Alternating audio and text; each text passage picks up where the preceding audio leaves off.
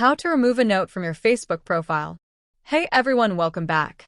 In today's tutorial, I'll show you how to quickly remove a note from your Facebook profile. Let's get started. Step 1. Update your Facebook app.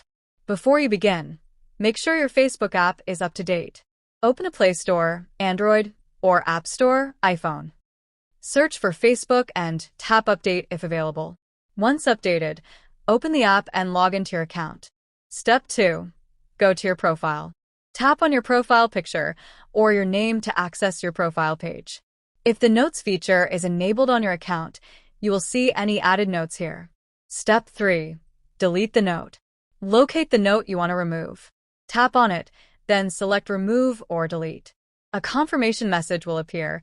Tap Confirm to finalize the deletion. That's it. Your note is now removed from your Facebook profile. If this tutorial helped, hit the like button and subscribe for more quick and useful tech guides. See you in the next one.